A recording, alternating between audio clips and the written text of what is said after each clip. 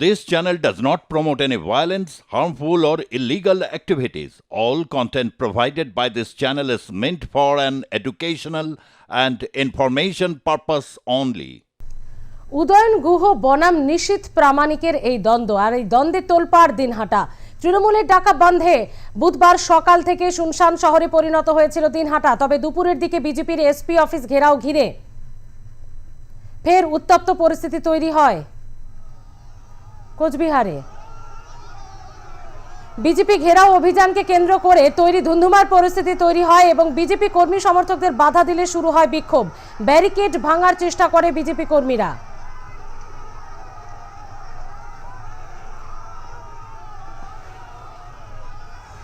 উদয়ন গুহ বনাম নিশীথ প্রামাণিক, যদিও এই দ্বন্দ্ব এই প্রথম নয়, এর আগেও আমরা দেখেছি নিশীথ প্রামাণিকের কনভয়কে লক্ষ্য করে গুলি ছোড়ার অভিযোগ করা হয়েছিল। সেখানেও দিনহাটাতে তৃণমূল কর্মীদের বিরুদ্ধে, তৃণমূল আশ্রিত দুষ্কৃতীদের বিরুদ্ধে অভিযোগ করেছিলেন নিশীথ প্রামাণিক।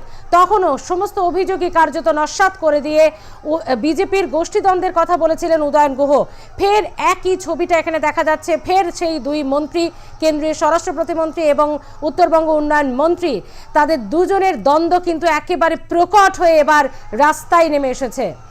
আমরা সরাসরি কথা বলবো, শরদিন্দু ধর রয়েছে আমাদের সঙ্গে। শরদিন্দু, এখনো শুধুমাত্র ভোটের প্রচার, এখনো ভোট হওয়া বাকি রয়েছে, তাহলে ঠিক কি পরিস্থিতি তৈরি হবে ভোটের সময় শরদিন্দু?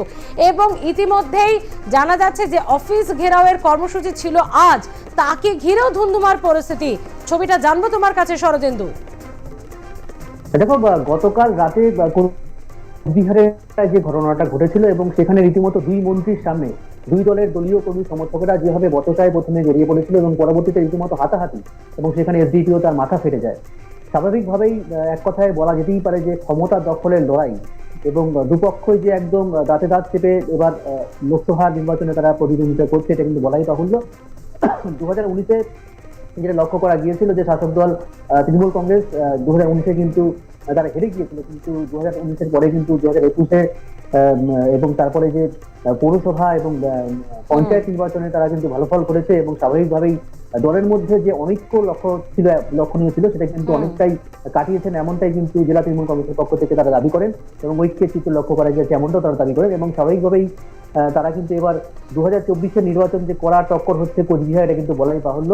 এবং নিশীথ প্রামাণিক তিনি অত্যন্ত তার পারদর্শী রয়েছে এবং রাজনৈতিক তার দক্ষতা রয়েছে এবং তার বিরুদ্ধে যিনি দাঁড়িয়েছেন জগদীশ ঘোষ, তিনি যথেষ্ট দক্ষ এবং তাকে যারা পরিচালনা করবেন শাসক দলের উদয়ন গুহ থেকে শুরু করে নিয়ে যারা বর্ষিয়ার নেতৃত্ব তারা আছেন, বিশেষ করে উদয়ন গুহ তিনি কিন্তু দিনহাটায় একদিকে যেমন বিধায়ক, অন্যদিকে উত্তরবঙ্গ উন্নয়ন মন্ত্রী এবং অন্যদিকে নিশীথ প্রামাণিক তিনিও কেন্দ্রীয় স্বরাষ্ট্র প্রতিমন্ত্রী এবং এবারও তিনি বিজেপির প্রার্থী হয়েছেন। এবং স্বাভাবিকভাবেই দিনহাটায় যে ক্ষমতার দখলের লড়াই এবং দিনহাটা কার দখলে থাকবে এবং কার প্রভাব বজায় থাকবে সেটা কিন্তু উভয় দলের পক্ষ থেকে তারা যথেষ্ট সেখানকার প্রভাব বিস্তারের চেষ্টা করে থাকেন। এবং গতকাল রাতে যেটা ঘটেছে সেটা আবার জানিয়ে রাখছি যে নিগমনগর দিনহাটা সেখান থেকে যখন নিশীথ প্রামাণিক তিনি যখন আসছিলেন সেই সময় কিন্তু উত্তরবঙ্গ উন্নয়ন মন্ত্রী তার জন্মদিনের যে সেলিব্রেশন সেটি হচ্ছে, সেই সময় কিন্তু তৃণমূলের পক্ষ থেকে অভিযোগ করা হয় যে সেই কনভয়ের থেকে টিটকারি মারা হয় এবং পরবর্তীতে সেই নিয়ে কিন্তু গন্ডগোল হয়। আবার কিন্তু বিজেপির পক্ষ থেকেও কিন্তু পাল্টা অভিযোগ করা হয় তৃণমূলের বিরুদ্ধে এবং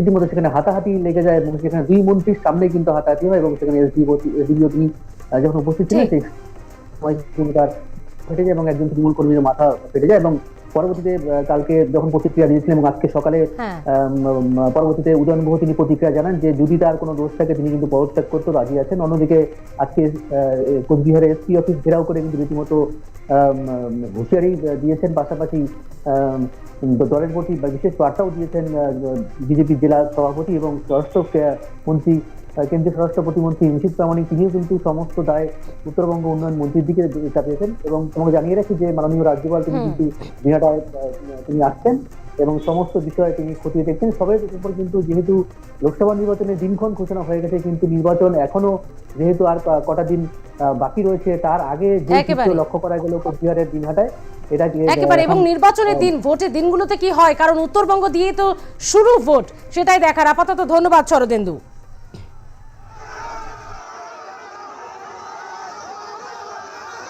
সে তো আমরা জানি আক্রমণ যে আক্রান্ত হবে তার নামেই কেস হবে, আর এটাই তো তৃণমূলের প্রশাসন।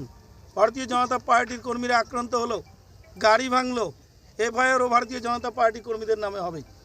আমরাও এর এফআইআর করব, দেখি এফআইআর করে কি। বললাম যে আজকে 24 ঘন্টা বন্ধ রাখা হয়েছিল, পরে 4টার সময় সেই বন্ধ প্রত্যাহার করে নেওয়া বন্ধ তো সাধারণ মানুষ মেনে নেয়নি, কেননা তৃণমূলের কথা আর কেউ শোনে না। সাধারণ মানুষ এইবার মাঠে নেমেছে, রাস্তায় নামবে। তৃণমূলের হার মাত্রা যদি বেশি বাড়াবাড়ি করে, তার পরিণাম তাদেরই ভুগতে হবে। রাজ্যপাল তো আসছে, আপনারা কি দেখা করবেন? অবশ্যই দেখি আমরা কখন আসবো, সময় নেব। প্রার্থীর উপরে আজকে প্রার্থীর গাড়ির পেছনের গাড়িতে একদম মিথ্যা কথা। 100 কনভয় নিয়ে ইলেকশন ঘোষণা হয়ে গেছে, 100 কনভয় নিয়ে কোনো প্রার্থী যেতে পারে? সমস্ত ট্রাফিক বন্ধ করে 100 কনভয় নিয়ে ছাড়া ট্রাফিক সমস্ত কুচবিহারের পুন্ডিবাড়ি সমস্ত ট্রাফিক বন্ধ করে প্রায় 30 মিনিট ধরে বন্ধ ছিল। আমি ওখানে দাঁড়িয়েছিলাম, আমি শুধু বলছি ট্রাফিককে তাড়াতাড়ি গাড়ি খুলে দিতে, আর তার জন্য তৃণমূল বলছে তৃণমূলের প্রার্থী কোথায় ছিল, আমি কোথায় ছিলাম, কত দূরে ছিল। তৃণমূলের প্রার্থীর উপরে আক্রমণ, এত মিথ্যা কথা বলে রাজনীতি করা যায় না, মানুষ সেটা মেনে নেবে না।